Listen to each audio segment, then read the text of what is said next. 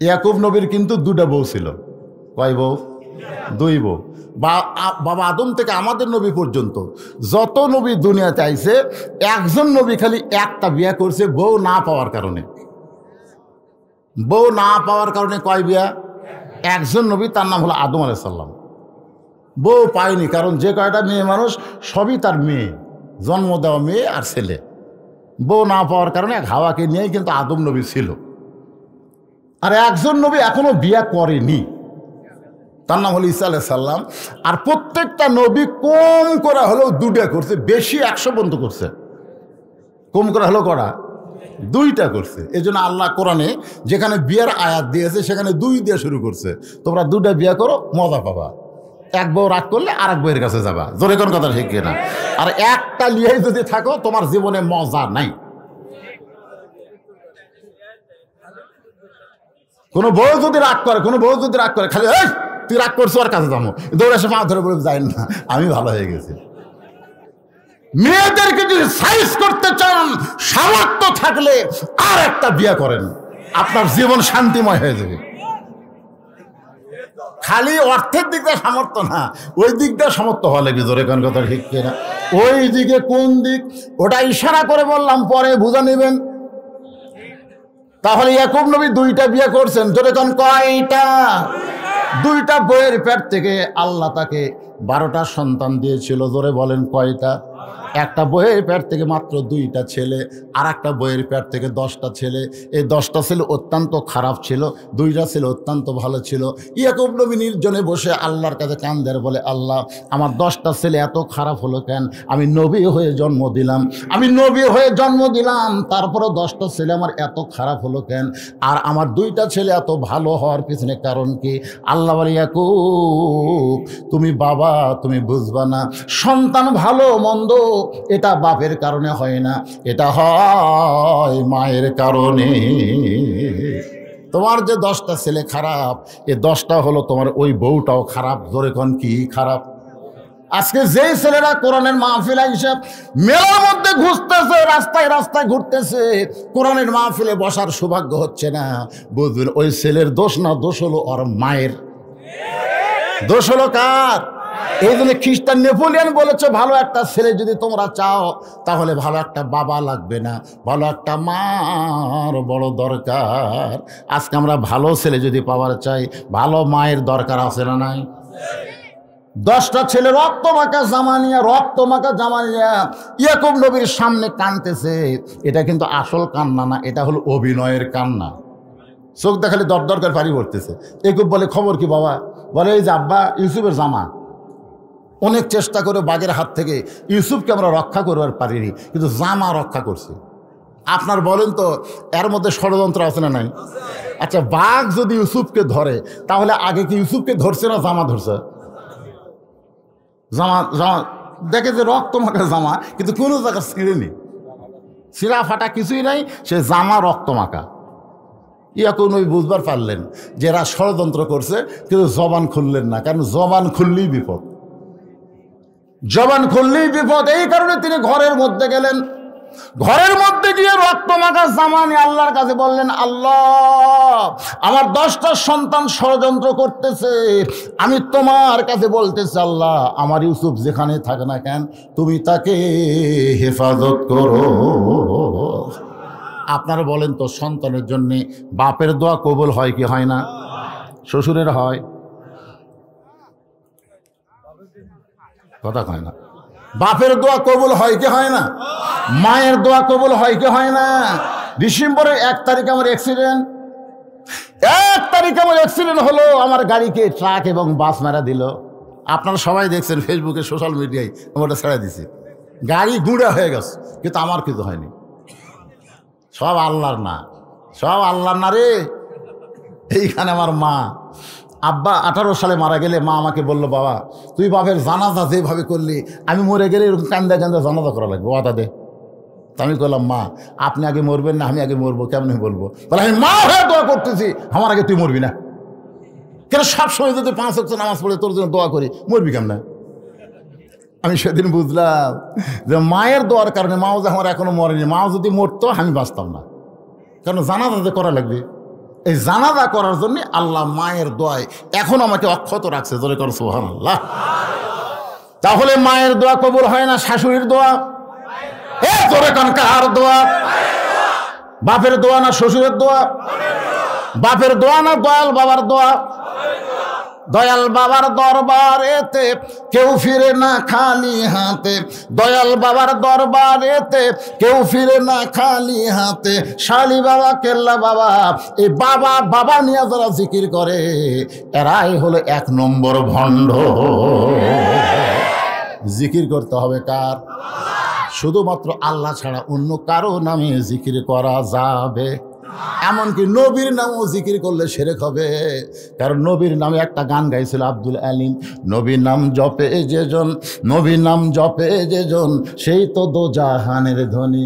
সমস্ত আলিম কইল আব্দুল আলিম শিরক করতেছে, নবীর নাম জপে যেজন এই জায়গায় বলতে হবে আল্লাহ নাম জপে যেজন, আল্লাহ নাম জপে যেজন সেই তো দোজাহানের ধনী। তখন শিল্পী আব্দুল আলিম বলল ভাইজান তাহলে আমি কি বলবো? তখন তারা বলল, আলেমরা বলল আপনি বলেন নবী নাম ভাবে যেজন, নবী নাম ভাবে যেজন সেই তো দোজাহানের ধনী। নবীকে ভাবা যাবে কিন্তু জপা যাবে না। জিকির করতে হবে একমাত্র কার? একটু মনোযোগ দিয়ে শুনবেন। ইয়াকুব নবী আল্লাহর কাছে দোয়া করছে, আল্লাহ ইউসুফকে কিভাবে হেফাজত করতেছেন দেখেন। বণিকেরা যাচ্ছে ব্যবসা করতে, হঠাৎ পানি তৃষ্ণা দেওয়ার মালিককে আল্লাহ। ওরা পানির খোঁজ করতে করতে কূপের কাছে গিয়ে দেখি ওরে বাবা রে, পূর্ণিমার চাঁদের চাইতে ওরে ফটফটা। একটা যুবক গান গাইছে, কুত্তার বাচ্চা ফুটফুটা সুন্দর, তোর হাওড়া ভাঙ্গা দিবি রে, হাওড়া ভাঙ্গা দিবি কুত্তার বাচ্চা।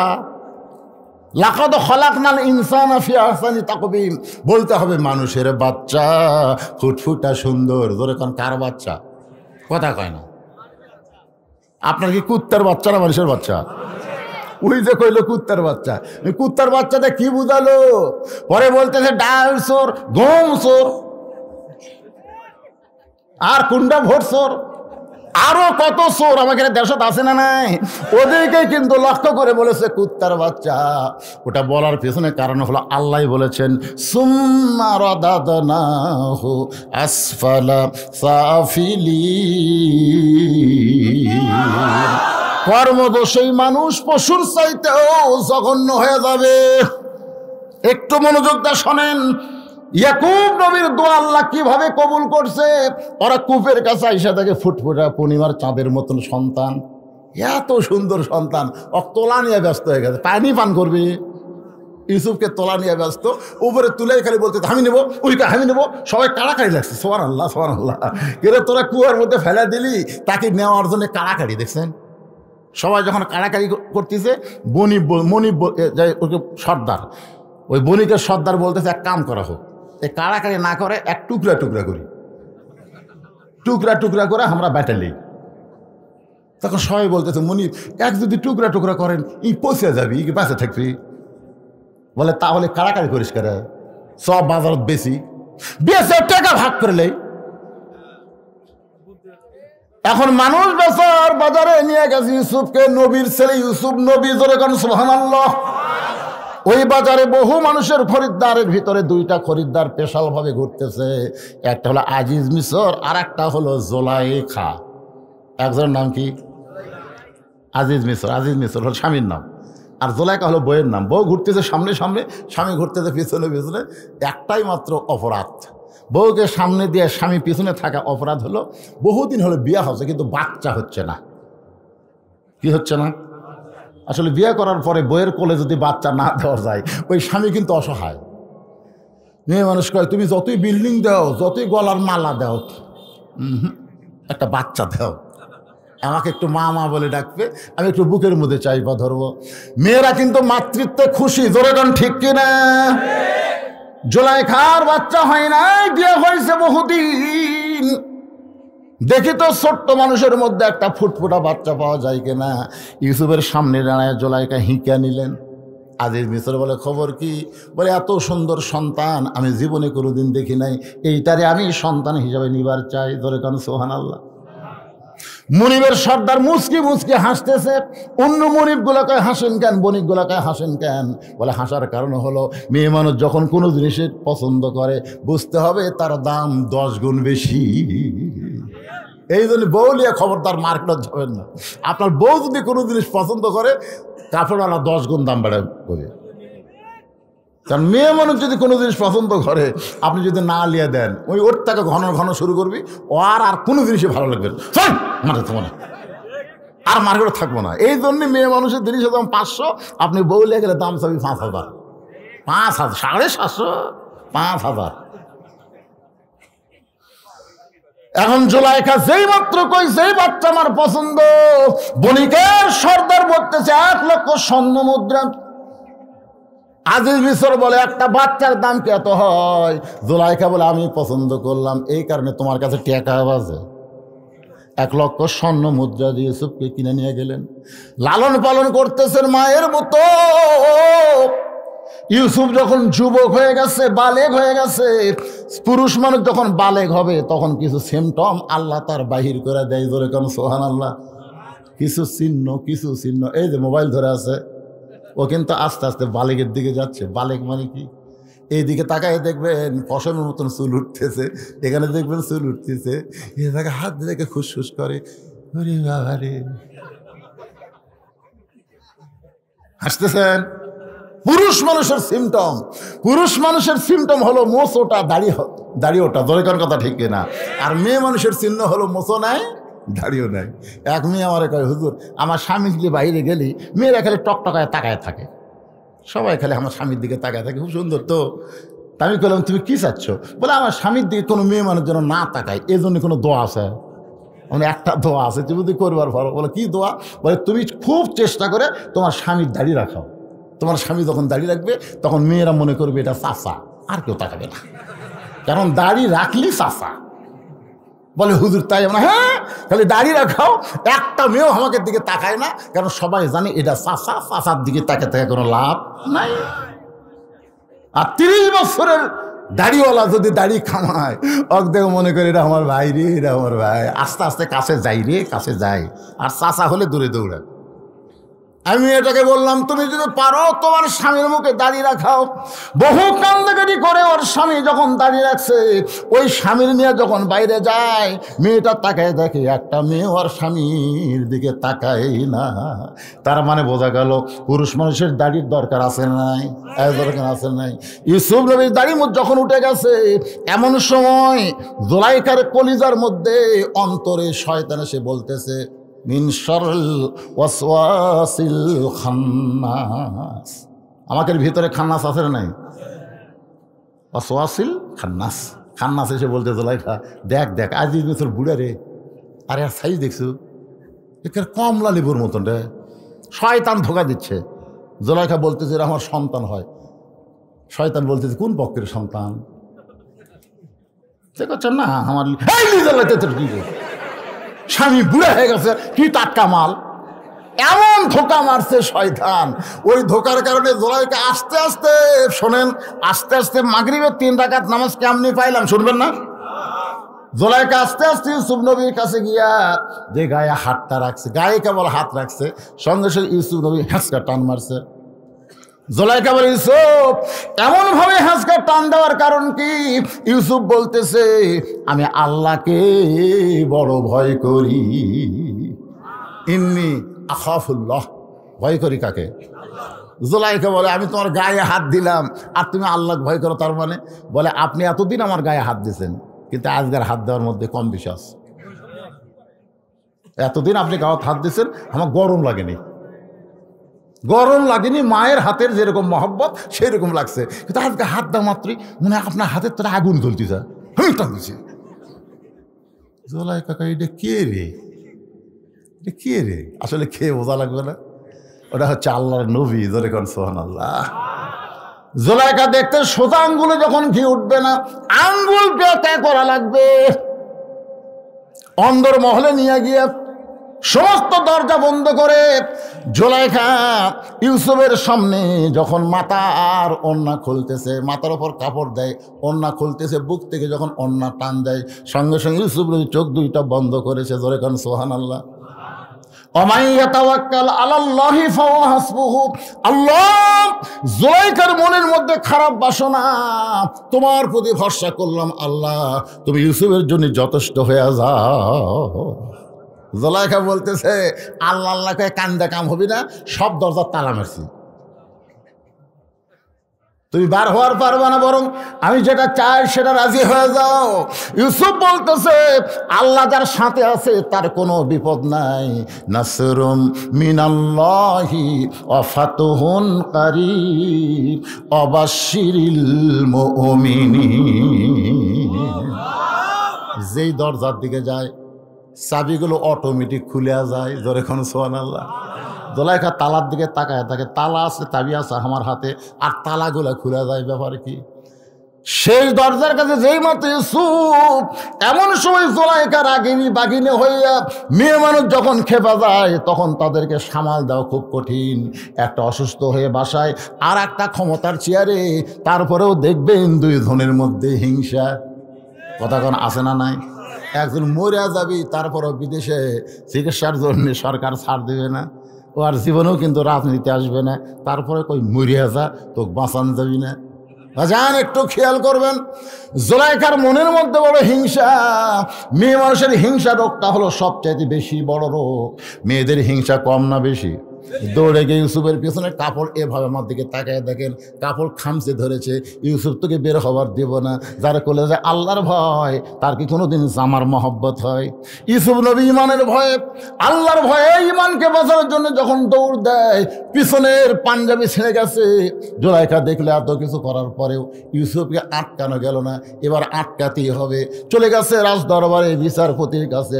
অবিচারপতি, আমি জুলাইখা ছোট্টবেলায় তাকে নিয়ে আইসা লালন পালন করেছি, সন্তানের মহব্বত করে মা হয়ে। আজকে সেই সন্তান আমাকে অন্দরমহলে নির্যাতন করতে চায়, আমাকে ধর্ষণ করবার চায়, অ্যাটেন্ট টু ধর্ষণ। ওগো বিচারপতি শোনেন, আমি ইউসুফের বিরুদ্ধে আপনার কাছে নালিশ করলাম। ইউসুফ আজকে আমাকে ধর্ষণ করবার চাইছিল, আমি বহু চেষ্টা করে ইউসুফের হাত থেকে আমাকে হেফাজত করেছি। সঙ্গে সঙ্গে বিচারপতি বলতে, জুলাইখা আপনি কোনো টেনশন করবেন না, ইউসুফের বিচার হবে, ইউসুফের বিচার হবে। আজিজ মিশর কিন্তু মিশরের প্রধানমন্ত্রী, তিনি পাশেই বসে চিন্তা করতেছেন, আমার ইউসুফ, যেরকম সুবহানাল্লাহ, আমার ইউসুফ তেমন কাজ করতে পারে না, এটা জুলাইখার কারসাজি। সমস্ত বিচারপতি বলতেছে, আপনি কোনো টেনশন করবেন না, আপনার বিচার হবে। কিছুক্ষণ পর আজিজ মিশর ঘরের মধ্যে এসে দেখে জুলাইখা ড্রেসিং টেবিলের সামনে মুচকি মুচকি হাসতেছে। আজিজ মিশর বলে, জুলাইখা তুমি ধর্ষিতা হয়েছ, অ্যাটেন্ট টু ধর্ষণ, তোমাকে ধর্ষণ করবার চাইছিল ইউসুফ, তুমি বিচার চাইলা, আর ঘরের মধ্যে সে মুচকি মুচকি হাসতেছে। জুলাইখা বলে, বুঝবা না, মেয়ে মানুষের চলা কলা তোমরা বুঝবা না। ইউসুফকে নিয়ে আইছে পরদিন, হাজার হাজার মানুষ, সবাই চিন্তা করে মাকে ধর্ষণ করবার চাই, যে মা হয়ে লালন পালন করছে, এই নিমক হারামকে এক নজর দেখে আসি। দেখার জন্য সবাই এসে দেখে ইউসুফ নবী দাঁড়ায় আছে, তার চেহারার দিকে তাকায় সবাই চুম করছে। এত সুন্দর মানুষ, এত সুন্দর মানুষ এই অকাম কোনোদিন করতে পারে? সবাই চিন্তা করে, এত সুন্দর মানুষ, মাথায় টুপি, মুখে দাড়ি, পরনে জুব্বা, এই মানুষটা নারী নির্যাতনকারী, এই মানুষটা বাড়িতে অগ্নিসংযোগকারী, এই মানুষটা মানুষ হত্যাকারী, এই মানুষটা ধর্ষণকারী, এত সুন্দর মানুষ এইটা কোনো দিন করতে পারে না। ধরে এখন ঠিক কি না? কিন্তু আপনাদের মনে হলে কি হবে? বিচারপতিরা সব ইউসুফের বিরুদ্ধে। ধরে এখন ঠিক কি না? বিচারপতি, প্রধান বিচারপতি বলে, ইউসুফ রে, যে তোমাকে মা হয়ে লালন পালন করতেছিল তাকে তুমি ধর্ষণ করতে চাও, তুমি কেমন নিমক হারাম। ইউসুফ খালি কান্দে আর কান্দে, কিছুই বলতে পারে না, কিছুই বলতে পারে না। বিচারকেরা যখন তদন্ত না করে ইচ্ছা অনুযায়ী বিচার করবে, তখন আসামি আর কি করবে? এমন সময় মায়ের কোলে, মাত্র 2 মাস থেকে 2.5 মাসের বাচ্চা মায়ের কোলে, সোনালাখন সবাই যখন জবান খুলতেছে না, আল্লাহ ছোট বাচ্চার মুখে জবান দিয়েছে, ছোট বাচ্চা কথা বলতেছে। বিচার বলে, কে রে এমন করে কথা বলে। মা গিয়া বলে বিচারপতি স্যার, এই বাচ্চাটা মাত্র 2.5 মাস বয়স, সেই বাচ্চারা কথা বলে। বিচারপতির সামনে বাচ্চাকে নিয়ে যাওয়া হলো। বিচারপতির কোল থেকে বাচ্চা বলতেছে, ও বিচারপতি, তুমি বিচার করতে গেলে তদন্ত করে বিচার করো, বিনা তদন্তে বিচার করা যাবে না। বিচার করে বলে, কি তদন্ত? ছোট্ট বাচ্চা বলতেছে, তাকায় দেখো, ইউসুফের জামার যদি সামনে ছেঁড়া হয় তাহলে বুঝবা ইউসুফ দোষী, কারণ ইউসুফ জোলাইখাকে ধর্ষণ করবার চাইছিল, আর জোলাইখা বাঁচার জন্যে জামার সামনে ছিঁড়ে ফেলে দিয়েছে। কিন্তু যদি দেখো জামার পেছনে ছেঁড়া, তাহলে জোলাইখা দোষী, ইউসুফ বাঁচবার চায়, জোলাইখা পিছন দিকতে ইউসুফকে আটকাবার চায়। এখন ইউসুফের পরনের জামার দিকে তদন্ত করে দেখো, সামনে ছেঁড়া না পিছনে ছেঁড়া। এ কথা বলার সাথে সাথে ওই বাচ্চাটার জবান বন্ধ হয়ে গেছে। জোরে কর সুবহানাল্লাহ। বিচারপতিরা তদন্ত করে দেখে ইউসুফের সামনের জামা ছেঁড়া তো দূরের কথা, একটু ময়লাও নাই, একটু ময়লা নাই। আর পিছন দিকে তাকায় দেখে জামা ছিঁড়ে গেছে। সমস্ত বিচারপতি চোখ বন্ধ করে মনে মনে কর, ইউসুফ তুমি নির্দোষী, ইউসুফ তুমি নির্দোষী। কিন্তু আমরা জবান খুলবার পারতেছি না, আমরা সাহাপত পড়েছি, আমরা জবান খুলবার পারতেছি না। আজকে তোমার বিরুদ্ধে যে বিচার হবে ইউসুফ, এটা আমাকে অন্তর থেকে না, এটা হলো চাপ। এটা কি চাপ? জোরগান, এটা কি? আমরা চাপত পড়ে গেছি, কারণ প্রধানমন্ত্রীর বউ তোমার বিরুদ্ধে রিপোর্ট করেছে। এখন তোমার পক্ষে রায় দিলে আমাদের বিচারপতিগিরি আর থাকবে না, আমাকে বিচারপতির আসন থেকে তাড়াই দিবে। এই জন্যে কি করব, সবাই চাপে পড়ে জবান বন্ধ করে ইউসুফের তদন্ত করে। হঠাৎ আজিজ মিশর বলতেছে, এই বিচারপতিরা তদন্তের রিপোর্ট কি? প্রধান বিচারপতি বলতেছে ইউসুফ দোষী। আজি দর্শন করছে, এ কি তদন্ত করলো না? ইউসুফের চোখ যা দরদর করে পানি পড়ে, আর কান্দের বলে, বিনা দোষে দোষী কইরা আল্লাহ আমায় দিল জেলখানা, আল্লাহ উপায় বলো না, বিনা দোষে দোষী হইয়া ইউসুফ যাচ্ছে জেলখানা। আল্লাহ বলে, কান্দিস না ইউসুফ, জেলখানায় গেলে তোর সম্মান আরো বাড়বে। তোরে গান সুবহানাল্লাহ। মাত্র 30 মাস জেলখানায় বন্দি থেকে আমির হামজা বার হয়েছে। এই 15 দিনে প্রায় 15,000 দাওয়াত তার কাছে গেছে। আগে আসছিল 40,000, এখন কয় 1.5 লাখ। এখন কয় লাখ। এখন আপনারা বলেন দাম বাড়িয়েছে না কমিয়েছে? ভালো মানুষকে বিনা দোষে জেলখানায় বন্দি করলে তার সম্মান বাড়ে দেবে। 50 বছর কোরআনে তাফসির করেছে আমার কলিজার টুকরা হুজুর, সে জেলখানার মধ্যেই মারা গেল, হাসপাতালেই মরল, যেখানে মরছে। জোরে কোন কথা ঠিক কিনা? তাকে যদি একবার ময়দানে আসার সুযোগ দিত, জনগণ বুঝতো পাবলিক কারে কয়। ঠিকই তো, জনগণ বুঝবার পারতো পাবলিক কারে কয়। বাংলার এমন কোনো জায়গা ছিল না যেখানে জনগণের জায়গা দিবার পারতো। জোরে কোন কথা ঠিক কিনা? আপনারা বলেন তো, আগের আমির হামজা এখনকার আমির হামজা কি সমান? মাত্র 30 মাস জেল খাটছে, বিনা দোষে দোষী করে জেলখানা থুবা। যতই চেষ্টা করো তাদের দাম কমবে, বাড়বে, কমবে না। তাদের দাম বাড়বে কিন্তু কমবে না। ইউসুফকে জেলখানায় রাখার পর আল্লাহ তাআলা দাম বাড়ে। এক সময় মিশরের খাদ্যমন্ত্রী, সেখান থেকে মিশরের প্রেসিডেন্ট। জোরে গান সুবহানাল্লাহ। যেই 10 জন ভাই কুয়ার মধ্যে ফেলে দিয়েছিল, ওরা 10 জন আবার গেছে। ইউসুফ নবী তখন সিংহাসনে বসে আছে। সুবহানাল্লাহ। মাগরিবের 3 রাকাত নামাজ, আমি কেমনে সেটা বলার জন্য বলতেছি। সিংহাসনে বসে আছে ইউসুফ, আর ওরা 10 ভাই। জি, ওরা 10 ভাই চোখের পানি নিয়ে বলতেছে, জাহাপনা, আমরা কিন্তু সাধারণ ঘরের সন্তান না, আমরা হলো ইয়াকুব নবীর সন্তান। আমার কার সন্তান? ইউসুফ চুম করছে, ও রে, এরাই তো 10 জন। যেই কইছে ইয়াকুব নবীর সন্তান, তখন ইউসুফ বুঝতে পারছে এরাই তো রে, এরাই তো। আমি কান্দাকাটি করার পর হক ছাড়েনি, হাত পা বান্ধে কুয়ার মধ্যে ফেলে দিছে। এরা এই শালা 10টাই। মন বলতেছে লাগা, তোর হাতে এখন ক্ষমতা, তুই মিশরের প্রধানমন্ত্রী, তুই মিশরের প্রেসিডেন্ট, লাগা। ইমান বলতেছে 42 বছর আগেকার ঘটনা, এখন কি? কথাটা বুঝতেছেন না?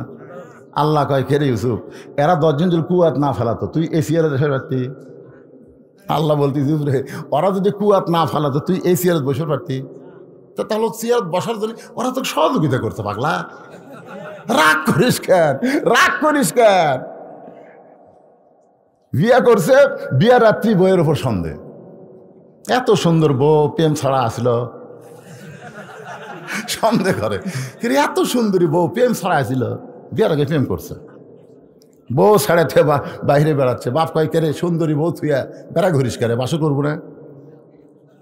আল্লাহ কি রে, উনি যে দুনিয়াতে আছে এমনি এমনি ফেরস্তার আনছে না বাপ মায়ের মিলনের মাধ্যমে, এটা সহি কথা। আল্লাহ কি? তো তুই বাইরে ঘুরিস কেন, বউলে বাসর কর। ছেলে বলতেছে আব্বা সন্দেহ হয়। বলে কি সন্দেহ? বলে বিয়ার আগে প্রেম করছে। বাপ কাছে ডেকে বলতেছে বিয়ার আগে কি করছে এই খবর তো কে লিবার করছে, বিয়ের পরে যান না করে। কেন বিয়ার আগে যা করছে করছে, তোর তো তখন বই হয়নি, তো বউ হওয়া আগের কথা ধরিস কেন? বউ হওয়ার পরে যেন আর প্রেম না করে, যা বউলিয়া খা। ওই বাপ মার কথা মতো বউলিয়া খাচ্ছে 42 বছর। কয় বছর? 42 বছর। ছেলে হয়েছে, মেয়ে হয়েছে, লাতি লুৎকুর হয়েছে। ওর বাপ মা এখন মারা গেছে। 42 বছর পর ওই পাগলা বেরাম আবার মাথা চাড়া দিছে। বউ যা কয় তোকে তালাক দেব। বউ কয় কি জন্য তালাক দিবা? বলে বিয়ার আগে প্রেম করছি। তো বিয়ার আগে প্রেম করছি, বাসর ঘরে তালাক দেন। এত বছর সংসার করার পর কেন? বাংলাদেশে যারা স্বাধীনতার বিপক্ষে ছিল তাদেরকে যদি বিচার করতেও চাও, যুদ্ধের স্বাধীনতার পরেই করো, এত বছর পরে কেন? জোরে কোন কথা কর না কেন? এত বছর সংসার করার পরে কেন ও আনার দরকার আছে না নাই? ইউসুফ নবীকে তার ইমান বলতেছে, ওরা 10 ভাই যদি কুয়ার মধ্যে ফেলা না দিত, তুই কাজকে চেয়ারে বসবার পারতি। তো ইজ্জুমান তাসা পড়েন, তো ইজ্জুমান তাসা অত জিল্লুমান তাসা বিয়াদিকাল খায়র ইন্নাকা আলা কুল্লি শাইইন কাদির। সম্মান দেওয়ার মালিককে, অপমান করার মালিককে, সমস্ত ক্ষমতার মালিককে। বাজান 10 ভাইকে খবর দিয়ে বলতেছেন তোমাদের আর একটা ভাই ছিল, তোমাদের আরো 2টা ভাই ছিল। তখন 10 ভাই বলতেছে আর 2টা ভাইয়ের মধ্যে একটা ভাই বাঘে খাসে। কিছু মনে মনে কয় এত বছর পরেও শালারা মিথ্যা ছাড়লো না রে। ওই 42 বছর আগেও যে মিথ্যা কথা কয়, এখনো সেই মিথ্যা কথাই বলতেছে। কথা কর না কেন? এত বছর হয়ে গেল তাও মিথ্যা ছাড়ে না। বারা মিথ্যার উপর যাদের জন্ম তারা মিথ্যা ছাড়বে কেমনে? কম বলে আর এক ভাইয়ের খবর কি? বলে বাবা এখন অন্ধ হয়ে গেছে, বাবার লাঠি হইয়া বাবার সঙ্গে থাকে। ইউসুফ চোখের পানি বের করে বলতেছে তোমাদের বাবার সঙ্গে আমি একটু দেখা করবার চাই। 10 ভাই বলতেছে আমার বাবাকে কি আপনার কাছে নিয়ে আসবো না আপনি বাবার কাছে যাবেন? ইউসুফ বলতে 10 ভাই রে, তোরা আমাকে কুয়ার মধ্যে ফেলা দিছিলি, আমাকে চিনবার পারিস নাই, কিন্তু আমি তোদের চিনেছি, কিন্তু প্রতিশোধ গ্রহণ করলাম না। ইয়াকুব নবীর সঙ্গে ইউসুফ নবীর যখন মিলন হবে, মিলন মানে কি? এত বছর পরে বাবার কাছে সন্তান আসতেছে, বাবার কাছে সন্তান আর সন্তানের কাছে বাবা, সন্তান আর বাবার মধ্যে মহব্বতের একটা মিলন আছে না নাই? আপনাদের বাবার সাথে মহব্বতের মিলন হবে না, কারণ অনেকের বাবা দুনিয়া থেকে কবরে চলে গেছে, অনেকের মা দুনিয়াতে আর নাই। আমার বাবা 18 সালে দুনিয়া থেকে বিদায় নিল, যাওয়ার সময় বলতেছে বাবজান আমি মরে যাওয়ার পর আমাকে কোন জায়গায় রাখবি? আমি বললাম বাজান আপনাকে এমন তেমন জায়গায় রাখবো না, মসজিদের পাশেই, যারা আমাকে দাওয়াত দিবার যান দেখবেন মসজিদের পাশেই আমি একটা গোরস্থান বানাইছি, এর জানলার পাশে আমার বাবাকে কবর দিয়েছি। প্রত্যেক বৃহস্পতিবার আমার বাবার জন্য জুমার রাত্রে দোয়া হয়, আর সপ্তাহে 1 খতম কোরআন পড়ে মাদ্রাসার বাচ্চারা এমনি এমনি আমার বাবার কবরে হাদিয়া দিয়ে দেয়। আমি একদিন স্বপ্নে বাবাকে দেখলাম, বাবা মুসকি মুসকি হাসতেছে, আমি বুঝতে পারি নাই যে আমার বাবা মরছে। আমি দৌড়ে গিয়া বাবাকে সালাম দিয়া মহানাকা করলাম। কোলাকুলি যখন করতেছি আমার বাবা বলতেছে বাজান রে আমি বড় শান্তিতে আছি। তোর মতন সন্তান, যেই সমস্ত বাবারা দুনিয়াতে জন্ম দিয়েছে, তোর মতন সন্তান আমাকে আল্লাহ 4টা সন্তান দিয়েছে। আমরা 4 ভাই। জোরে কোন কয় ভাই? 4 ভাই। 2 ভাই 2 কলেজের প্রফেসর, আর একটা হলো প্রাইমারি হেডমাস্টার, আর হলো মাদ্রাসার হুজুর। আমার বাবা সবসময় বলতো, হুজুর নিয়ে বড় টেনশন, কেমনে চলবি, ই খাবে কি। আজকে সেই সন্তান মাদ্রাসা মসজিদ বানায়, বাবার কবর মসজিদের পাশে। আপনাদের যাদের বাবা অন্ধকার কবরে চলে গেছে, যাদের মা কবরে চলে গেছে, ওই মাটা আজকে ঠান্ডার মধ্যে যদি দুনিয়াতে জীবিত থাকতো, যদি বলতো আব্দুল্লাহ আমার একটা কম্বল লাগবে, বাজান দে আমার একটা কম্বল কিনা দে, আমার একটা চাদর লাগবে, তুই কি একটা চাদর কিনা দিবি না? বলেন তো, মা যদি এমন করে বলতো আপনি কি দিতেন না? কিন্তু আজকে যে মা কবরে গেছে, কবরের ঘরে মাটা কেমন আছে আমি আপনি কিছুই জানি না। ওই বাপ মার জন্য রুহের মাগফিরাত শুরু। আজকে এই কোরআনের মাহফিলে, গোরস্থানের উন্নয়ন কল্পে এমন কোন যোগ্য সন্তান আছে যে বাপ মার জন্য 10,000 টাকা দান করবেন? এমন কোন যোগ্য সন্তান আছেন গো? এই মাহফিলের মধ্যে না দিবেন, বসে থাকবেন। 5 ওয়াক্ত নামাজ নিয়ে আলোচনা করতেছি, কবরে কি নিয়ে যাবেন ভাই? নামাজ ছাড়া কবরে যায় কোনো লাভ নাই। এই নামাজ নিয়ে আমরা আলোচনা শুনবো, এবং ফজর থেকে আমরা বাকি জীবনে 1 ওয়াক্ত নামাজ আর বাদ দেব না। কারা কারা রাজি? 2 হাত তোলা, আল্লাহরা দেখান। ফজর থেকে কারা কারা হাত তোলে না? দেখেন তো, দেখেন তো, দেখেন তো, কে তুলতেছে না? টান টান করে হাত তোলো না কেন? কি হলো? লিল্লাহু আকবার। হাত নামান, হাত নামান। মাগরিব এশা পড়েন, এই মাগরিব এশা পড়েন তো কি হয়েছে? ফজর থেকে আপনি নামাজ পড়বেন, নিয়ত করার সঙ্গে সঙ্গে যত নামাজ পড়েননি, নামাজ না পড়ার পাপ আল্লাহ মাফ করে দিবে। তাহলে অসুবিধা কি? ফজর থেকে আমরা নামাজ ধরবো। এই জন্যে ভাইজান, এই বিশাল মাহফিলে আপনাদের মধ্যে কেউ কে আছেন বাপ মা রুহের মাগফিরাতে, বাপ মার কবরকে জান্নাত বানানোর নিয়তে 10,000 টাকা দান করবেন, এমন কোন আল্লাহর বান্দা থাকে? ও একজনও লড়বেন না যে লোকটা যাওয়ার নিয়তে প্রথম উঠবে। আল্লাহ, আল্লাহ রে, যেই লোকটা যাওয়ার নিয়তে প্রথম উঠবে, ওর দেখা দেখি যত মানুষ উঠবে, ওর দেখা দেখি সমস্ত মানুষের পাপ আল্লাহর কান্দর দিবে। এই শয়তান, তুই উঠলেই তোর দেখা দেখে এরা উঠছে, তোর দেখা দেখে এরা উঠছে। দেখেন তো, যে লোকটা আগে উঠলো যেন প্যারালাইসিস হয়ে মরে। কি হয়ে মরে?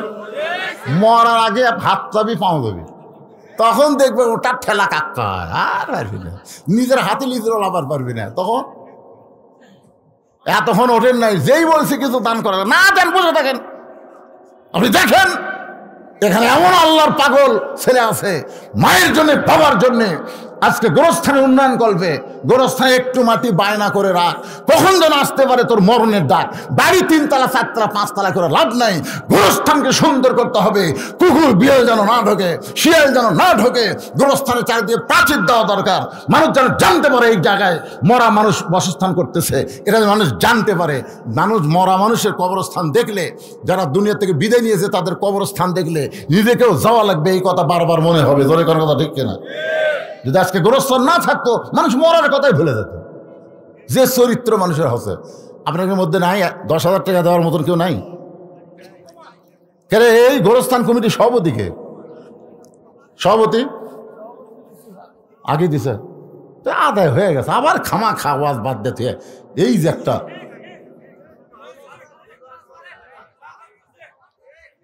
আরে করবই তো, আমি কেউ অস্থির মধ্যে একটা জিনিস চাইছি ভাই রে, বড় আশা করে 10,000, আপনার 10 জন মিলে 10,000 টাকা দেন, দেন। কিসের ধান হয়নি, এবার দেওয়া লাগবে, আগামীবার দিবেন, এই নিয়তে নাম লিখে দেন। এই 1,000 দিল। এই কোন গ্রামের বাবা? এ কে রে, কে লিখতেছে কে?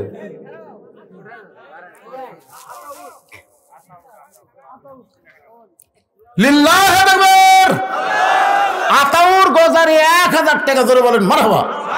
2 নম্বরে কোন আল্লাহর পাগল আছেন? বাপ মা কবরে গেছে, দাদা দাদি কবরে গেছে, বাপ মা রোহের মাগফিরাতে। আমি যে বাড়িতে ছিলাম, ওর নাম হলো বকুল। নাম কি? বকুল মন্ডল নাকি ওরা? মন্ডল। বকুল মন্ডলের মা বাবা 2 জন অসুস্থ। আমাকে বলে, হুজুর আমার বাপ মার জন্য দোয়া করবেন। এই বকুল ভাই এখানে নাই, আসেনি। বাহির গ্রামের লোকের কাছ থেকে টাকা নেওয়ার জন্যে আপনার মাহফিল করছেন, 10 টাকা 20 টাকা দিবি। একবার দিছে আবার দিবি, অসুবিধা কি? শোনেন, একবার দিছে আর একবার দিলে কি আপনার অসুবিধা হবে? কারণ আপনার ব্যাংকে টাকা জমা থন একবার না বারবার? কেন বারবার থন? বেশি হবে। তার মানে বোঝেন আপনি দুনিয়ার ব্যাংকে জমা থলে বেশি হবে, আর যে টাকাগুলো দান করতেছেন এই টাকাগুলো আল্লাহ জান্নাতের ব্যাংকে আপনার নামে অ্যাকাউন্ট করতেছে। তাহলে দুনিয়ার ব্যাংকের টাকা বেশি করে মরে গেলে কোনো লাভ নাই, বরং জান্নাতের ব্যাংকে আপনি টাকা বেশি জমা রাখেন, আপনার আখেরাতে আপনার কবরে আল্লাহ তাআলা এর জন্য কি দিবে? রহমত বরকত দান করবে। তো জান্নাতের ব্যাংকে জমা রাখার জন্য আবার আপনাদের মধ্যে ব্যাগ রুমাল যাবে, সবাই 10, 20, 50 টাকা 100 টাকা করে দিবেন। এরা যখন বলতেছে আদায় তেমন হয়নি, এই জন্য আবার ব্যাগ দিলাম। ভাই এই ব্যাগ এলা ফাটিরা তোমরা ভিতরে যাও, 5 মিনিটের মধ্যে আদায় কমপ্লিট করে আবার তোমরা ব্যাগগুলা টেজে জমা দিবা। দেন সবাই দেন 10, 20, 50, 100 টাকা যে যা পারেন আল্লাহ রাস্তা দান করবেন। বাপ মা যাদের কবরের কাছে, বাপ মা রোহের মাগফিরাতে দান করবেন। 10 জন মানুষের কাছে 10,000 টাকা চাইছি, আমার এক ভাই 1000 টাকা দিয়ে বসে আছে। আর কি কথা বলেন? দাও দাও সবাই ব্যাগের মধ্যে দেন দেন দেন, সবাই দেন, বারবার দিবেন, বারবার দিবেন। শাহজাহান নামে আল্লাহ তোমার একজন বান্দা 1000 টাকা করছে দান। আল্লাহ শাহজাহানের দানকে আল্লাহ আপনি কবুল করেন। আল্লাহ নেক নিয়ত নিকাশা পড়া করেন, আল্লাহুম্মা আমিন। আমার মা বোনেরা যারা পর্দার অন্তরে বসে বসে আর শুনতেছেন, মা ইসলামের জন্য দান করেছে, তিনি হলেন ফাতেমার মা খাদিজা, নবীর 1 নম্বর দরদের বিবি। সেই মা খাদিজা কিন্তু জান্নাতুল মুআল্লা, জান্নাতুল মাওয়ার মধ্যে শুয়ে আছে। মক্কা ঘরের সামান্য 1 কিলোমিটার দূরে মা খাদিজার কবর। ওই কবরের পাশে দাঁড়ালে বোঝা যাবে মক্কার সবচাইতে ধনবতী রমণী খাদিজা। ইসলামের জি কে 1000? আব্দুর রাজ্জাক 1000 টাকা দান করে হয়েছে। আপনারা করতেছেন না ভাই? মিন শারিল ওয়াসওয়াসিল খান্নাস, শয়তান আপনাকে ধোঁকা দিচ্ছে।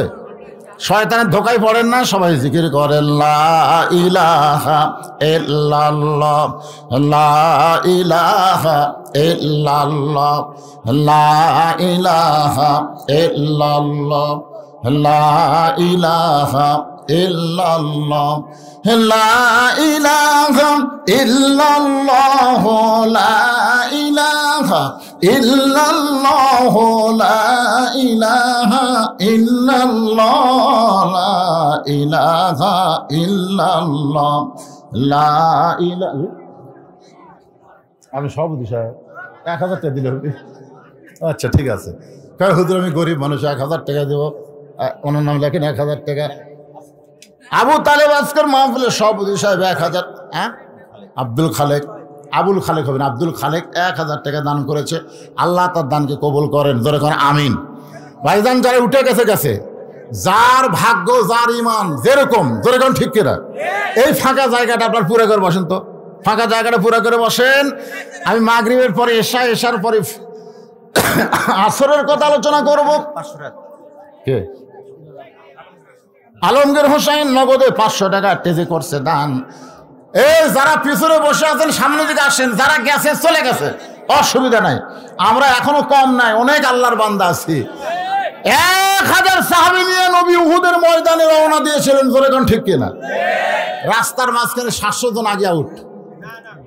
তা আমরা এরকম তো নবীর পিছনের থেকে যদি সরে যায় আর কোরআনের মাহফিল থেকে শয়তান সরাই নিবে না, এটা কেমনে ভাবছেন? কি নাম? মিলন নামে আল্লাহ তোমার একজন বান্ধব 2000 টাকা দান করবে। আল্লাহ মিলনের দানকে আল্লাহ আপনি কবুল করেন। আল্লাহ নেক নিয়ত নিকাশা পুরা আল্লাহুম্মা আমিন। কবুল করো, কবুল করো মোদের কামনা। দানকারীকে দিবেন জান্নাত, আল্লাহ নিরাশ। আপনারা ওয়াজ শুনবেন তো হইছে করলে হবে, যারা গেছে আর যারা আছে সমান। তো তাহলে আপনার ভদ্র, আপনারা হচ্ছেন তাকওয়াবান, আপনারা হচ্ছেন মুত্তাকি। আল্লাহ কোরআন বলেছেন হুদাল্লিল মুত্তাকিন। হেদায়েত নিতে গেলে, কোরআন থেকে হেদায়েত নিতে গেলে মুত্তাকি হওয়া লাগবে। যারা গেছে ওরা তো মুত্তাকি না, আপনারা হলেন মুত্তাকি। মুত্তাকি মানে হয়েছে করলে হবে না। সুন্দর পরিবেশে আপনারা বসেন, আমি বাকি আলোচনা করে তারপর মোনাজাত করব। আব্দুল লতিফ, আল্লাহ 500 টাকা দান করেছে। আব্দুল লতিফের দানকে কবুল করেন কে? মাহবুবুর রহমান 1000 টাকা দান করেছে। আল্লাহ তার দান কবুল করেন। আল্লাহ নেক নিয়ত নিকাশা পড়া আল্লাহুম্মা আমিন। এ দুনিয়া রবে না কো চিরকাল, একদিন ভাঙবে রে বাজার। ইয়াকুব এবং ইউসুফ আলাইহিস সালাম তখন একত্র হলেন। ইয়াকুব নবী দুই কানা, আমার দিকে তাকান ভাইজান, দুই কানা হাত বাড়ায় দিছে, দুই কানা হাত বাড়ায় দিছে। ইউসুফ আসতেছে। এতদিন পরে বাবার বুকের মধ্যে যখন সন্তান ঢুকবে, বাবা সন্তানকে বুকের মধ্যে চাইবা ধরবে, আপনার বলেন তো শান্তি কেমন হবে? কথা কয় না?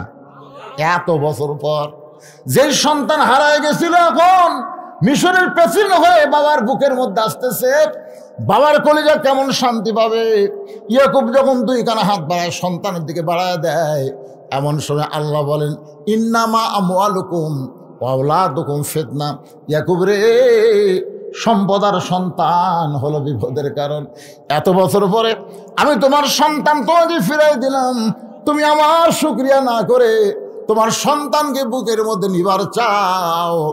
আমি আল্লাহ বেজার না, বেজার না। তুমি বাবা হইয়া, তুমি এখন নবী নাই, তুমি হইছো বাবা। জোরে কোন কি? তুমি বাবা হইয়া তোমার সন্তানকে বুকের মধ্যে নিবা, আমি আল্লাহ বেজার না।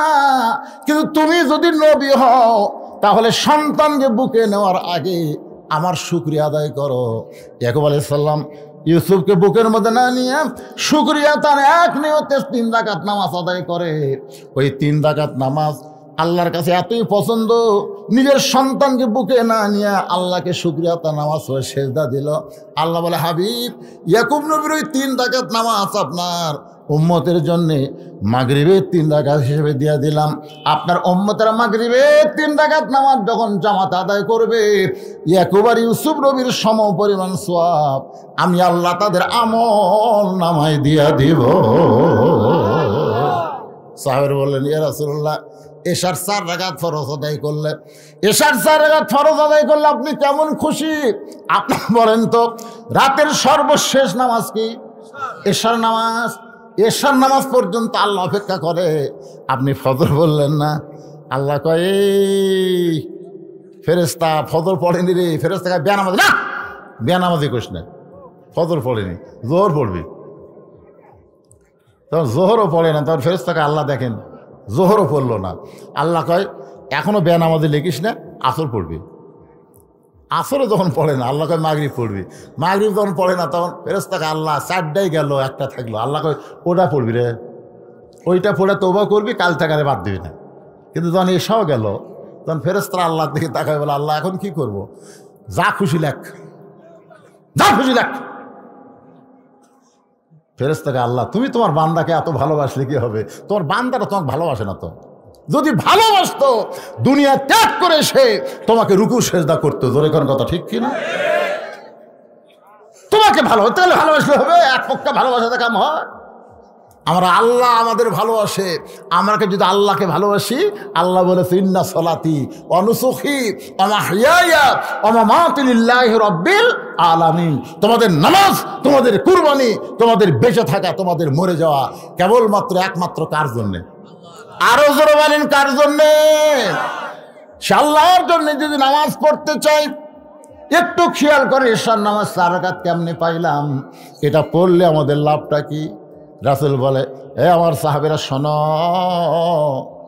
আমার আগে যেই নবী দুনিয়াতে আইছিল, এই নবীর নাম হলো ঈসা রূহুল্লাহ।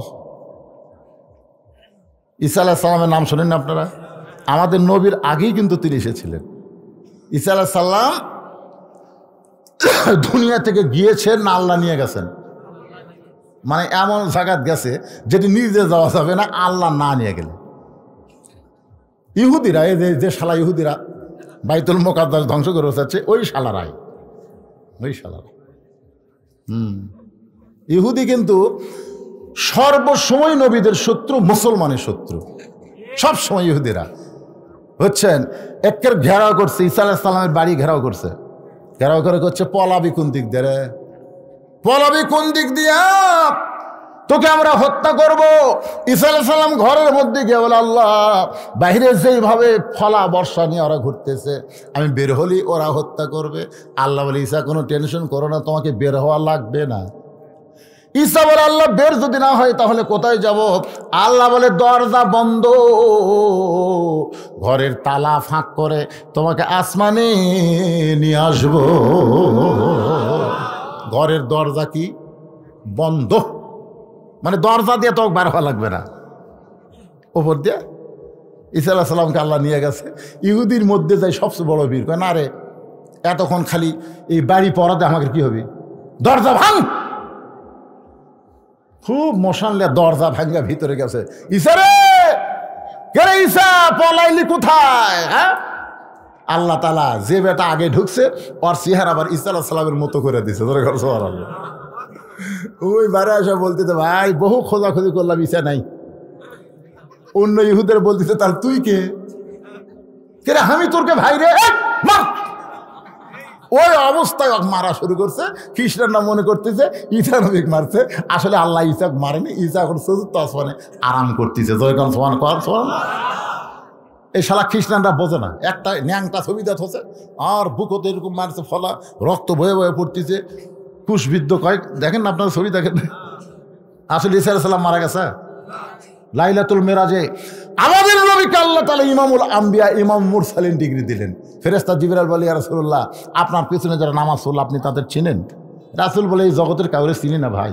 বলে, সমস্ত নবী রাসূল আজকে আপনার পিছনে ইক্তেদা করছে, আজ থেকে আপনি ইমামুল আম্বিয়া, ইমামুল মুরসালিন ডিগ্রি পেলেন। নবী বলতেছে, জিবরাইল, আমি একটু সবাইকে এক নজর দেখতে চাই। আল্লাহ নবীকে একটা টুল এনে দেওয়া হলো বাইতুল মুকাদ্দাস, যে বাইতুল মুকাদ্দাস ইহুদিরা দখল করতে চায়। ওই বাইতুল মুকাদ্দাস সমস্ত নবী রাসূলকে নিয়ে আমাদের নবী ইমামতি করেছে। জোরে কর সুবহানাল্লাহ।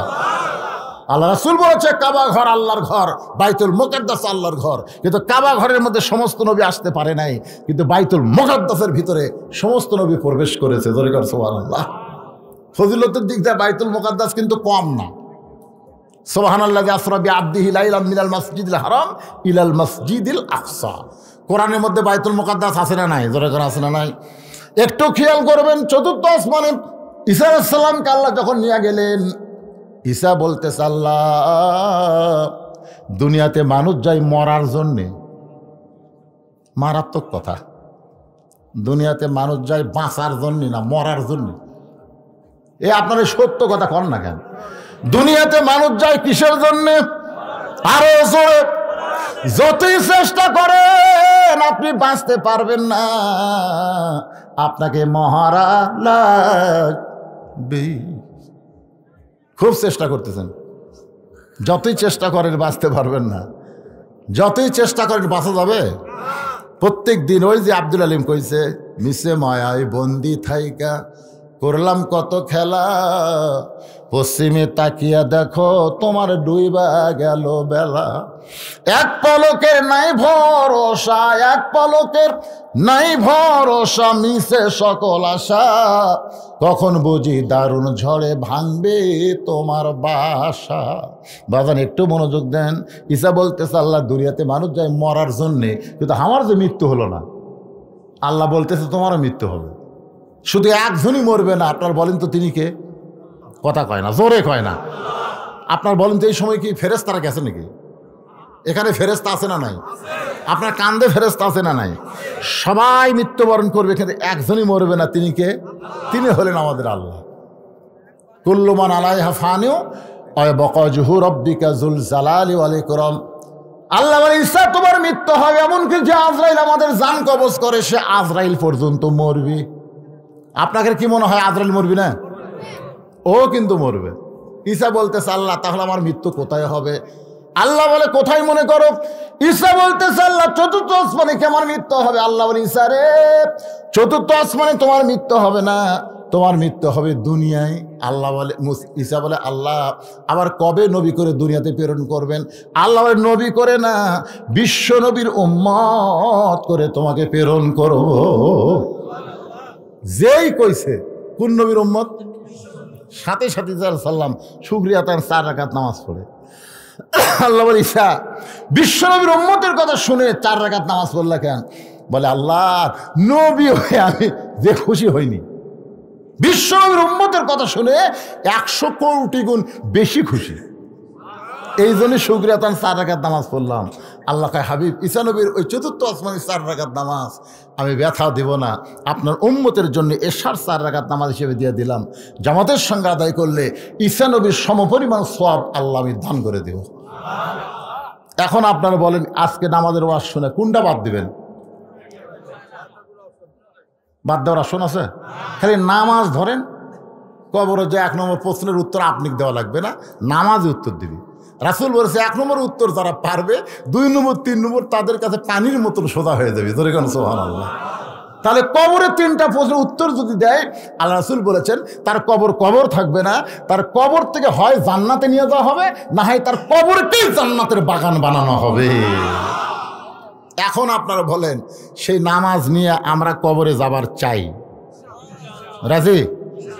নামাজ পড়া অবস্থায় যদি মৃত্যু হয়, আবার হয়তো দেখেন আপনি জোহরের নামাজ পড়ছেন, আসর আগে মারা গেলেন, যদি মরে যান, আর যদি বুড়া বয়সে অসুস্থ হয়ে মরে যান, যৌবনের নামাজ আপনাকে এমন কাম দিবে, সরকারি চাকরি যেরকম যৌবন বয়সে হয়, বুড়া বয়সে বসে বসে পেনশন খায়। ধরে এখন কথা ঠিক কিনা? আপনি যৌবনে যদি 5 ওয়াক্ত নামাজ জামাতে পড়ে, বুড়া বয়সে যদি জামাতে নামাজ পড়ে না পারে, ঠিক মতো নামাজই না পড়তে পারেন, আল্লাহকে যৌবনের বয়সের নামাজের পেনশন তো মরা ফোন থাকে সব মরে সরকার দিবার পারে, আর আমি আল্লাহ পারি না। কিন্তু যৌবনে যদি নামাজ বাদ দিয়ে ওই বুড়া বয়সে ধরেন, হবে? এখন তো 2-1টা বুড়া যায় আর খাড়া হওয়ার পারে না, সিয়ারত বসতে কাম সারে। ধরে কোন কথা ঠিক কিনা? তাই আসুন ভাইজান, যে কোনো মুহূর্তে আমাদের মৃত্যু হবে, কবরে যাওয়াই লাগবে। খালি খালি কবরে না নিয়ে যাই আমরা নামাজ নিয়ে যেন কবরে যাইতে পারি। আল্লাহ আমাদের সকলের জন্য কবুল করুক, সকলে বলে আমিন। আসরের ওইখানে আমি বলেছিলাম, তারপরে যখন শুনতে চান শোনেন, অল্প সময়ের মধ্যে বলতেছি। আসরের 4 রাকাত নামাজ আমরা মুসা আলাইহিস সালামের মাধ্যমে পাইছি। কিভাবে পাইলাম একটু খেয়াল করেন।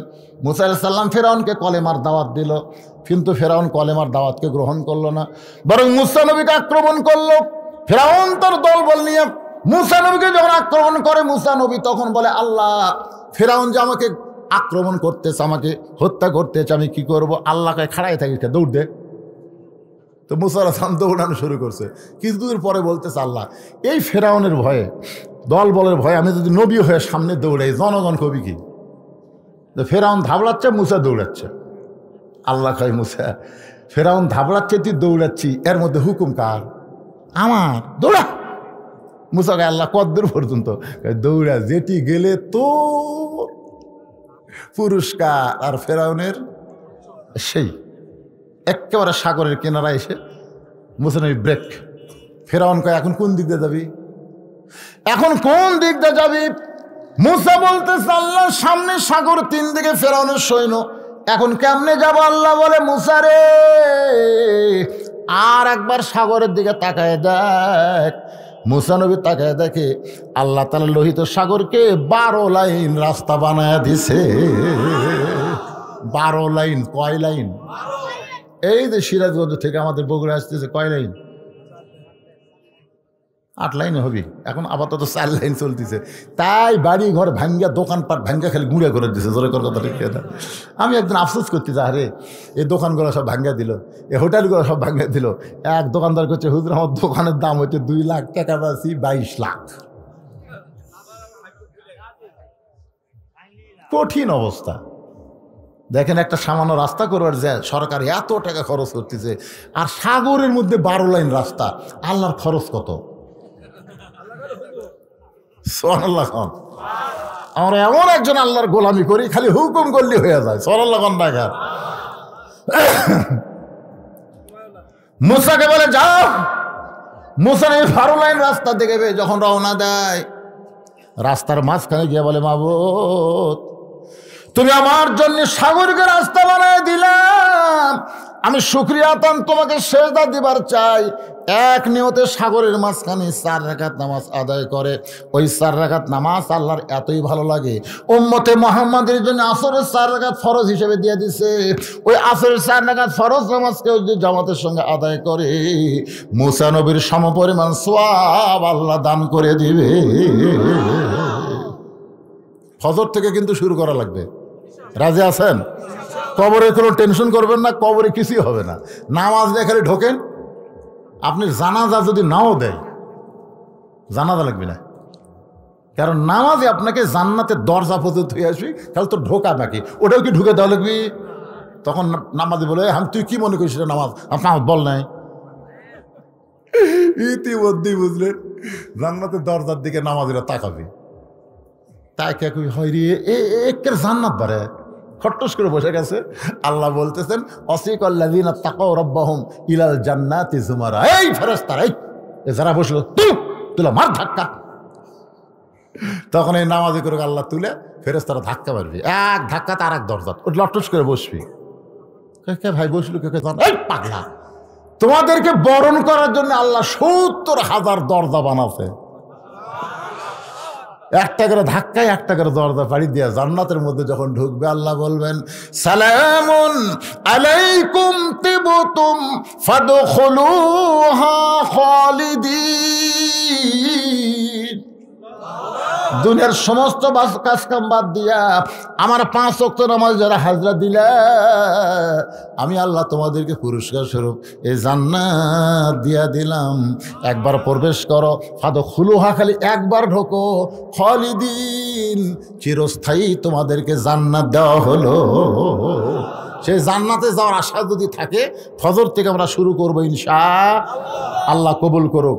আস্তাগফিরুল্লাহ পড়েন, আস্তাগফিরুল্লাহ রব্বি মিন কুল্লি জামবি ওয়া তুবু ইলাইহি লা হাওলা ওয়ালা কুওয়াতা ইল্লা বিল্লাহিল আলিয়্যিল আযীম।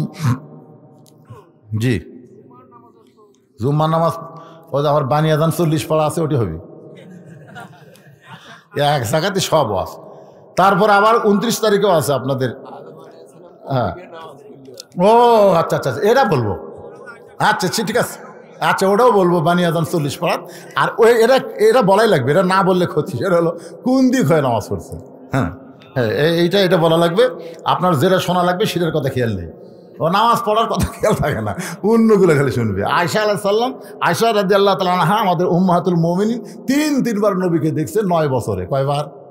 তো নবী কি আর স্বামী কি, এই জিনিসটা আমি আপনাদের শোনাও, বিশাল ফ্যাক্টর। এটা আপনাদের সামনে আলোচনা করব যদি আল্লাহ হায়াতে রাখে। তো যাই হোক, এই যে কেবলামুখী হয়ে আমরা, এই কেবলাটা আসলে কি? আমার দয়াল বাবা কেবলা কাবা, আমার দয়াল বাবা কেবলা কাবা, আয়না কারিগর, আয়না বসাইয়া দিছে কলবের ভিতর। হুজুরি কলব ব্যতীত করছেন কালো নামাজ তোর হবে না। হাদিস আছে বিস্তারিত, হুজুরি কলব ব্যতীত করছেন কালো নামাজ তোর হবে না। তবে কেন গাও জোয়ারি, মানুষকে দেখাও নামাজ পড়ি, ও তোমার সিদ্ধ বীজে সুফসল হবে না। আজ কেন আল্লাহর নামাজ ধরতে পারলা না? পশ্চিম পূর্ব উত্তর দক্ষিণ এটা কোনো বিষয় না, বিষয়টা হলো নামাজ। জোরে করার কথা ঠিক কিনা? খুব খেয়াল করবেন। আল্লাহ রাসূল কিন্তু মাঝে মধ্যেই ওই কাবা ঘর তাওয়াফ করতে করতে এরকম আঙ্গুল তুলতেন। সাহাবের বলতেন হুজুর এটা কি? লব্বাইক আল্লাহুম্মা লব্বাইক, লব্বাইক লা শারিকা লাকা লব্বাইক, ইন্নাল হামদা ওয়ান নিমাতা লাকাল মুলক লা শারিকা লাক। জোরে কর সুবহানাল্লাহ। আবু বকর বলে হুজুর আঙ্গুল। রাসূল কয় তোমার চোখ নাই, তোমার চোখ নাই, তাকাও। আবু বকর রাদিয়াল্লাহু আঙ্গুর বড় তাকায় দেখে বাইতুল মামুর, বাইতুল মামুর বরাবর তাকায়া থাকে আল্লাহর আরশ। আপনারা কি মনে করছেন? আপনি যে মসজিদে নামাজ পড়তেছেন, এই মসজিদ কাবা ঘর পর্যন্ত, কাবা বাইতুল মামুর, বাইতুল মামুর আল্লাহর আরশ পর্যন্ত একটা নেটওয়ার্ক নামাজের মাধ্যমে ক্লিয়ার হয়ে যায়। জোরে কর সুবহানাল্লাহ। কিন্তু আমাকে নামাজের নেটওয়ার্ক নাই, খালি ঘড়ি দেখা। আল্লাহ বলেছেন আস্তাইনু বিস-সবরি ওয়াস-সালাহ, নামাজ পড়বার গেলে ধৈর্য লাগবে পাগলা, খালি যা ছটছট করলে নামাজ হবে না, একটু ধৈর্যের দরকার আছে না নাই? জোরে কোন আছে না নাই? আল্লাহুম্মা আফতাহলি আবওয়াব রাহমাতিক, এই দোয়াটা বলে তুমি ডান পায়ে দিয়ে যে ঘরের মধ্যে ঢুকলে, এই ঘর কি তুমি জানো? এই ঘর কি তুমি জানো? এই ঘর হলো রহমত, আল্লাহ রহমতের কোলে উঠলে। জোরে কোন সুবহানাল্লাহ।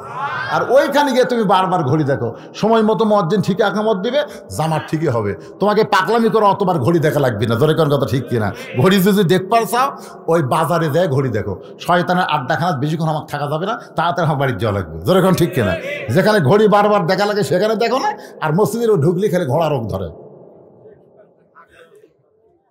আল্লাহর কাবা ঘরের ভিতরে যখন কেউ ঢুকবে অথবা কাবা ঘর যখন হবে না তখন ওই জায়গায় কেউ যদি নামাজ পড়বে তাহলে তাকে পশ্চিম দিকে নামাজ পড়তে হবে, কারণ সূর্য পূর্ব দিকে উদয় হয়, পশ্চিম দিকে সেজদা দেয়। সেজদা গিয়ে বলে আল্লাহ আগামীকালকে উঠবো, আল্লাহ কয় আবার ওঠ। সূর্য কয় আল্লাহ যে নাফরমান, সূর্য আলো পায় এরা যে নাফরমানি করতেছে, আর নয় না উঠি। আল্লাহ কয় তোর অত লাগে কে? যতদিন জীবিত আছে হয়তো কোনো একদিন তওবা করে একদিন কলেমা পড়ে আমি আল্লাহর কাছে ফিরে আসবে। জোরে বলেন সুবহানাল্লাহ। একটা বান্দা যদি কয় আমি একটা সিনেমা হল বানাবো, যতক্ষণ পর্যন্ত না বানাবে ততক্ষণ আল্লাহ পাপ লিখবে না। আর কেউ যদি বলে একটা মসজিদ বানাবো, নিয়ত করার সাথে সাথে আল্লাহ সওয়াব দেবে। আল্লাহ এত দয়াবান, ভালো কাজের নিয়ত করলেই সওয়াব, আর খারাপ কাজের নিয়ত করলে পাপ হবে না, ওই কাজ করলে তারপরে পাপ। আমার কথা কি বুঝলেন? লা তাকনাতুন মির রাহমাতিল্লাহ। ভাইজান, এই যুবকেরা আর নামাজ ছেড়া দিও না বাবা, যে কোনো সময় আমাদের মৃত্যু হবে। নামাজ, আল্লাহ রাসূল শেষ ওয়াক্ত নামাজের কাহিনী আপনারা সবাই আল্লামা সাইদ হুজুরের মুখে শুনেছেন, যে মা আয়েশার কোলে উরাতের উপরে মাথা দিয়ে নামাজের দৃশ্য দেখতেছেন, চোখ দিয়ে দর দর করে পানি পড়তেছে।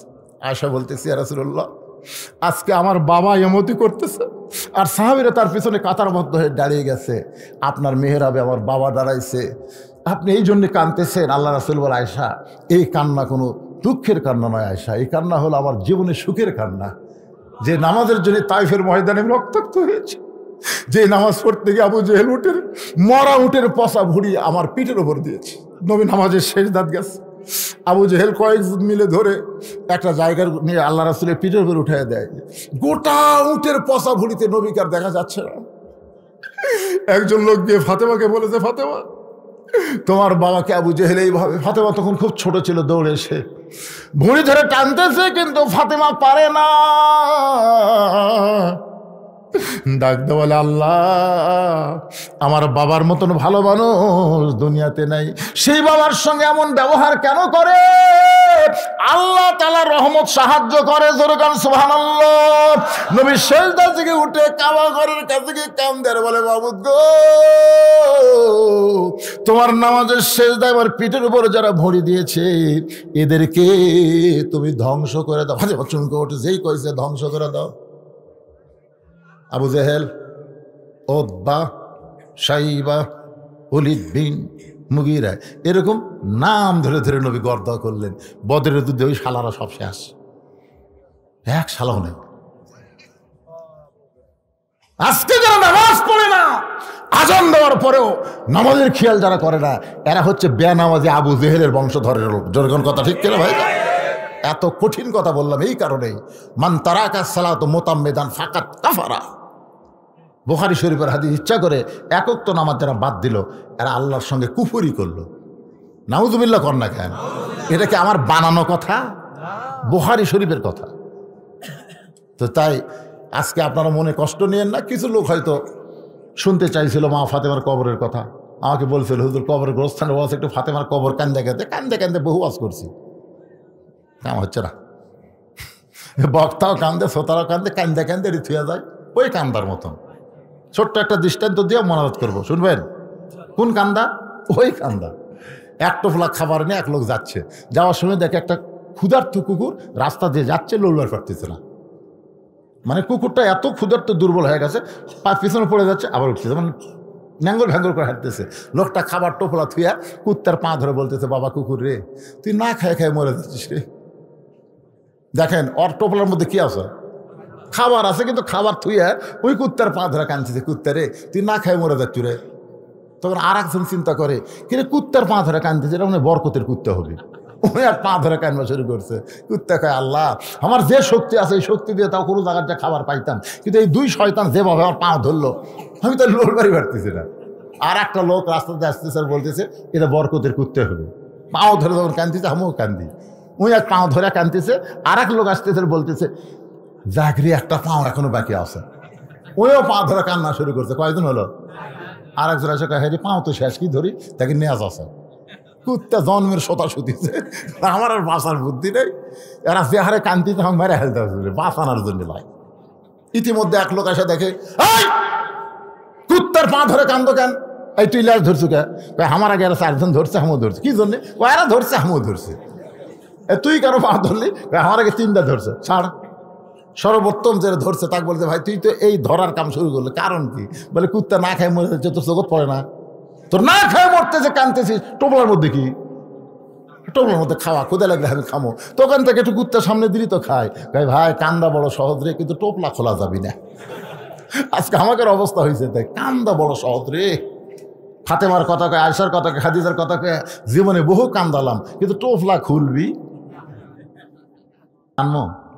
অরিজিনাল কান্না নামাজের ভিতরে আমরা কাঁদবো, তাহাজ্জুদের সময়, নামাজের সময়, ইয়্যাকা না'বুদু ওয়া ইয়্যাকা নাস্তাঈন ইহদিনাস সিরাতাল মুস্তাকিম। কানবেন, ইহদিনাস সিরাতাল মুস্তাকিম সিরাতাল লাযীনা আন'আমতা আলাইহিম গায়রিল মাগদুবি আলাইহিম ওয়ালাদ-দাল্লিন, আমিন।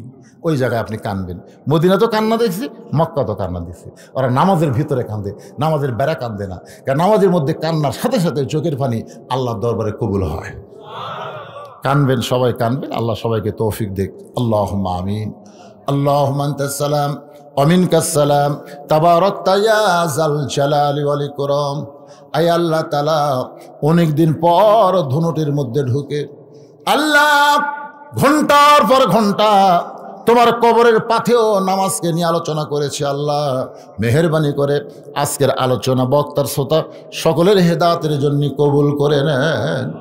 কঠিন তীব্র শীত, কঠিন শীতকে উপেক্ষা করে আরামের বাড়ি, আরামের ঘর, আরামের বিছনা বালিশকে, ল্যাপ তোষকের মহব্বতকে উপেক্ষা করে এই খেড়ের মধ্যে বসে বসে তোমার যেই পাগলেরা ঘন্টার পর ঘন্টা ওয়াজ শুনল, আল্লাহ আজকের আলোচনা সকলের জন্য হেদায়েতের মালা হিসাবে কবুল করে না। আল্লাহ যারা কষ্ট করে মেহনত করে অতি অল্প দিনের মধ্যে হাজার হাজার টাকা খরচ করে এই জান্নাতের বাগান লাগাইছে তোমার গোরস্থান উন্নয়ন কল্পে, আল্লাহ মেহেরবানি করে তাদের চেষ্টা সাধনাকে কবুল করো। আল্লাহ তাদের সকলকেই রহমত বরকতে কবুল করে নাও। আল্লাহ যেই বাড়িতে আজকে মেহমান হয়েছিলাম, আল্লাহ তার বাপ মা জীবিত আছে, দোয়া করি তার বাপ মা বড় অসুস্থ, সুস্থতার নিয়ামত দান করো। আয় আল্লাহ, আমরা যারা হাত তুলেছি আমাদের মধ্যে অনেকের জনম দখনি মা কবরে চলে গেছে। ছোট্ট একটা শব্দ হলো মা। এই নামের মধ্যে কি মধু, যাদের মা নাই তারাই বুঝতেছে। এই দরদের মা যাদের কবরে গেছে, আল্লাহ মেহেরবানি করে মায়ের কবরটাকে জান্নাতের টুকরা বানায় দাও। বাবার বাড়িঘর সবই আছে, আমি সহ আমরা যারা বাবা হারে এতিম হয়ে গেছি, আল্লাহ মেহেরবানি করে বাবার কবরকে জান্নাতের টুকরা বানায় দাও। আল্লাহ আমাদের দাদা দাদি, নানা আত্মীয় স্বজন, শ্বশুর শাশুড়ি যাদের কবরে চলে গেছে, আল্লাহ কবরবাসীদের মাফ করে দাও।